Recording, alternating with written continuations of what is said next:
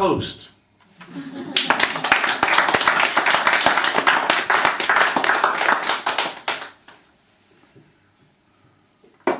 I come from Ireland originally, and or my parents do anyway, and this is about the sort of dance you still find in Ireland at weddings and other social occasions in the countryside, where everyone from 16 to 90 turns up, and whatever you do, you can't be a wallflower, because if you try and stay out of the dance, someone will get you to put your pint of Guinness down and drag you out onto the floor.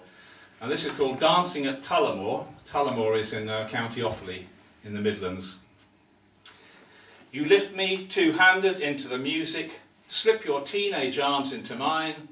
Come on, you say. Through your rose-pink blouse I feel the warmth of you, your moistness from dancing. You shake your dark hair, raise our hands in arrow formation. My left hand dwarfs your right. I tell you, you've picked the clumsiest dancer in Tullamore. Scream if I tread on your toes. Ah, go on, you laugh, and spin me round the floor, arm's length, head back, eyes sparkling. I begin to see that this is what enjoyment is like. This is where movement begins, words end. I watch you trip back to your boyfriend, pick up your drink. He puts two arms around you. You lean into the smoke, listening, whispering, duty done, an old man made happier. Dancing, dancing, dancing, dancing, dancing, dancing, dancing, dancing, dancing, dancing, dancing, dancing, dancing with you at Tullamore.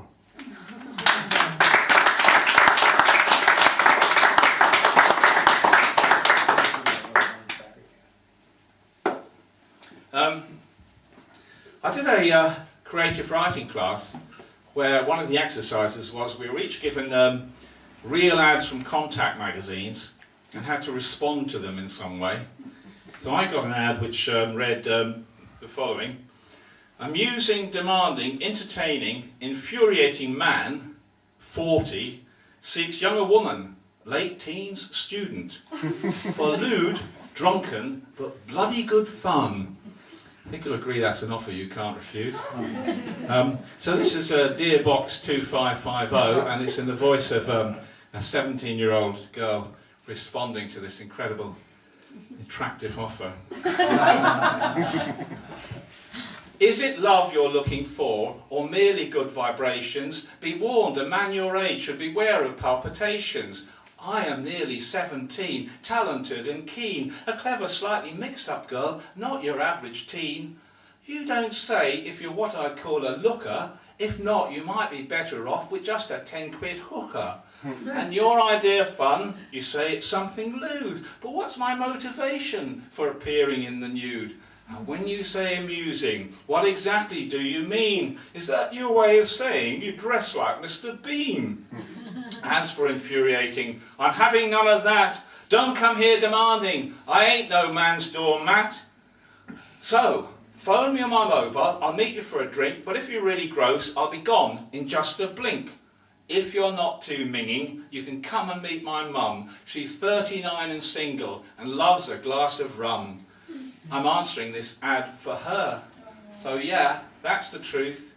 A leery goat like you should stay away from youth. When I fall in love, I want the sun to shine out of the soul of my young love, not sinking into slime.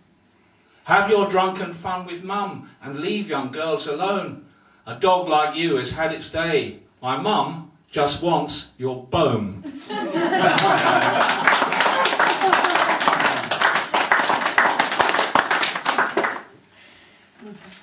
Well, so there's some friendly ghosts here tonight. I'm going to finish with a poem about whom the friendly ghost, the friendly ghost of whom the subject of this poem is, could well be here tonight if I hadn't drunk so much Guinness. Anyway, just before Christmas, Adrian Mitchell died, and it was, I think, the day before Christmas Eve, and I was very fond of Adrian because I'd done a few gigs with him over the years, and he'd been an inspiration to me when I was young, not just because of his poetry, but because of the things he stood for. And when he died, I heard it on the radio in the morning, And in the evening I switched on the TV news and there was no mention of him, which I was annoyed about, so I wrote this.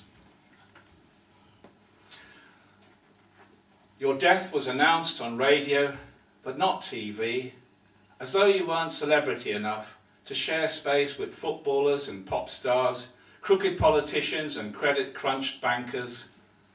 You were bigger than they, a poet for our times and our future.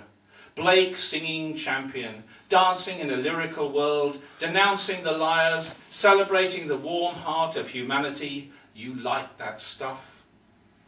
Your death shook me out of a Monday morning reverie, the dreaming time before Christmas. I thought, oh no, not you, Adrian. We need you more than ever. We need you leading the charge on Iraq, Gaza, Darfur, Guantanamo. We need your socialist take on the fall of capital, the collapsing cash cows, moving futile laments as they sink into dead grass, emitting high-octane farts, stinking of untrammeled greed. We need you pointing the alternative to spend, spend, spend, which is surely love, love, love. But you've left us, slipped quietly away to join Blake's angels while we were busy wrapping presents. With your poems, you've left us the best Christmas present of all, a true English internationalist, patriot, anarchist, socialist. You embraced this daft, stony green island, surrounded by fish and blessed with fables. You sprinkled your funny stuffed poems with love and sense and all the good people and creatures that play within these shores.